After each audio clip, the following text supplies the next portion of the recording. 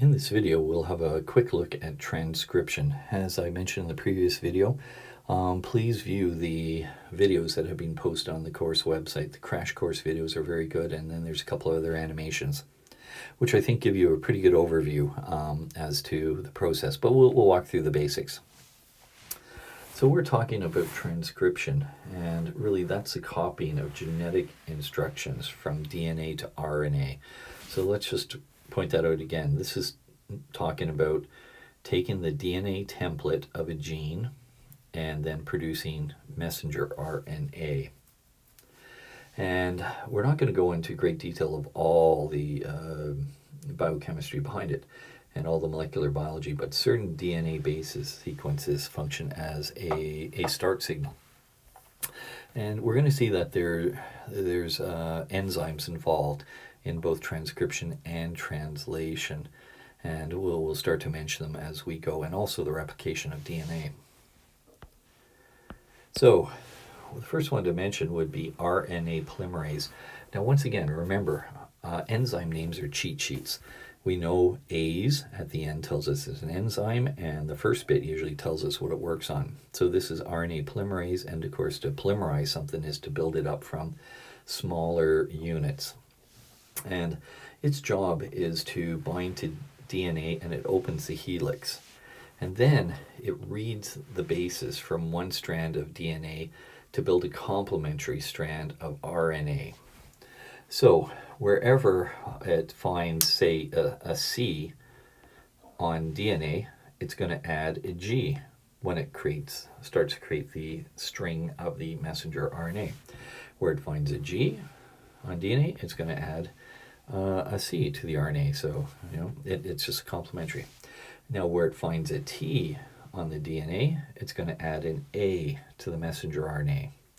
But, just a reminder, that where it finds an A on the DNA, I'm going to change colors here to really highlight it, it adds a U, a uracil on messenger RNA. Remember, on messenger RNA, I do not have the T's.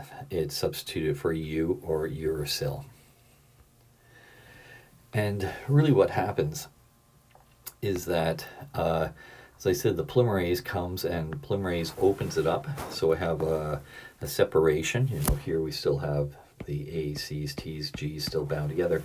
But we have an opening up, an unwinding of the helix. And now what I've done is I've exposed a section of one side of the DNA.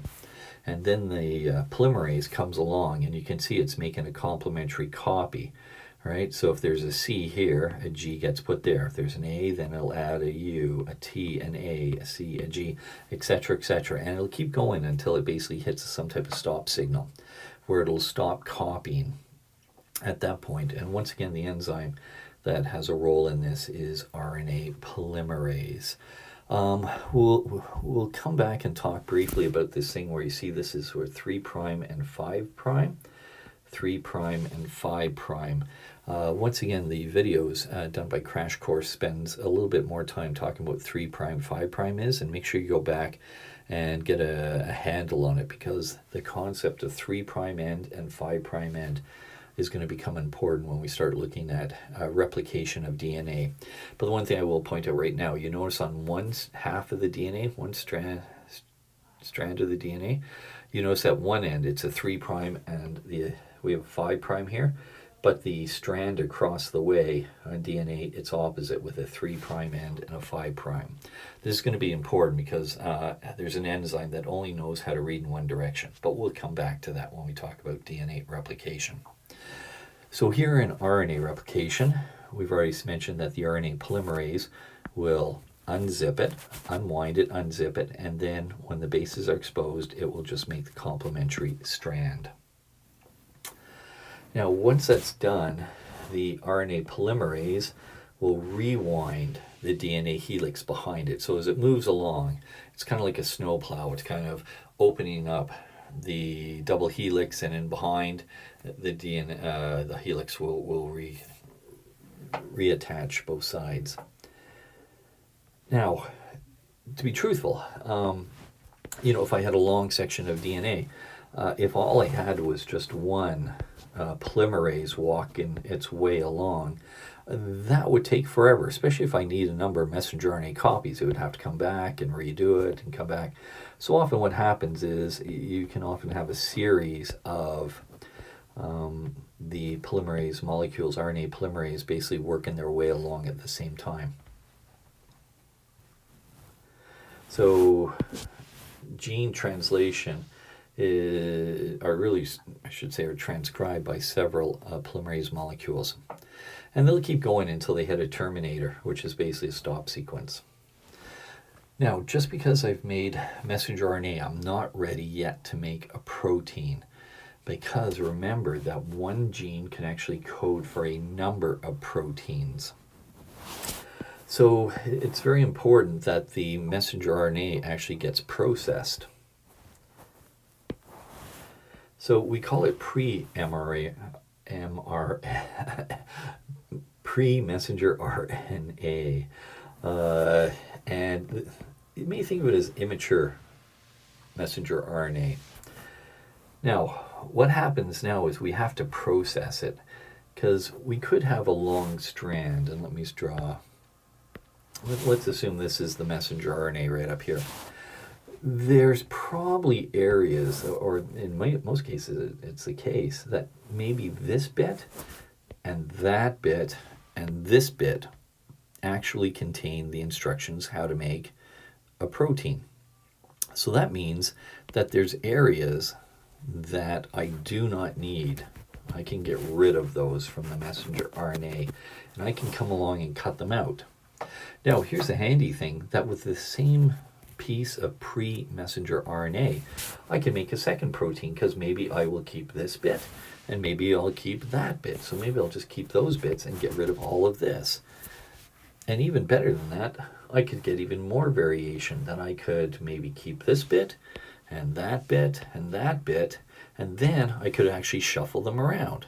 That I could move this bit over here and maybe this bit into the center. So I could almost reshuffle the bits and pieces like cards once I've chopped up the messenger RNA.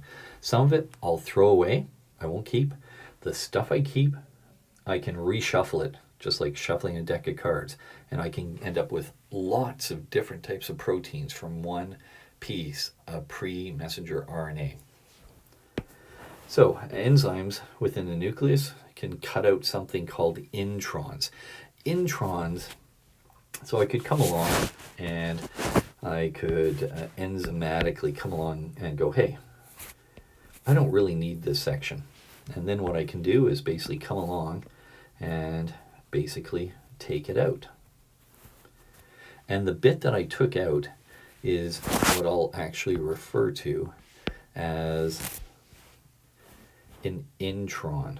So it's kind of weird. I kind of think introns are the ones I'd keep, but no. Introns are the segments of the pre-messenger RNA that must be removed. Okay, so if I have sections that I've cut out and I actually am removing, then what's the name of the ones I'm going to keep? And the ones I'm going to keep are the exons. So any of the stuff that I decided to keep is an exon. So any of the stuff I decide to keep, I'm going to call an exon. Okay, so what about these poor introns? The introns are the bits I cut out. Well, the introns are the segments of pre-messenger RNA that were removed, but in many cases they're probably not completely useless.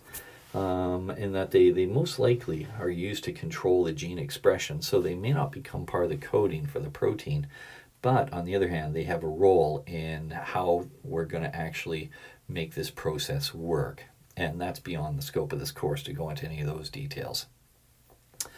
Now, as I said, I could take a piece of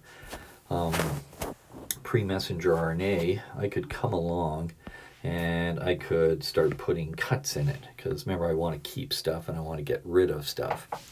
As I said, the stuff I'm going to keep are the exons, and the things I want to get rid of are the introns. So, as I said, I can get rid of some of this stuff. I'll keep some of the other stuff. Now, remember I also said that what we could do is the leftover pieces, I can reshuffle. I can move them into different positions, like shuffling cards. This has a fancy name, but it's a great name. It's called alternative splicing. And variations in the way the exons are spliced allow for a number of different proteins to be produced from one gene. So, one gene can code for more than one protein, and the exons can be spliced together in a number of ways to make the final messenger RNA that will be read to become part of a protein. And here in the book, they just kind of show you start off with DNA, and from DNA I made a basically, I change the color there, I can make a initial piece of messenger RNA. It's pre-messenger RNA, and then what I do is I come along and I can cut out bits. Right? The parts I don't need I can get rid of. Those are the introns, and I can keep the exons. And then what they're showing here is basically, I end up with the various chunks left, which are the exons. And then what you can do, as they show you here, you could reshuffle them. In this case, maybe the A bit, the C bit, then the D bit. And here maybe I take the B and the D and the E, and the A, the E, the F, and it can be reshuffled. And the end result is I end up with 3 or more different proteins. And that all came from one gene. So yes, indeed, one gene has a potential to code for more than one protein. Now, we're going to leave translation for the next video.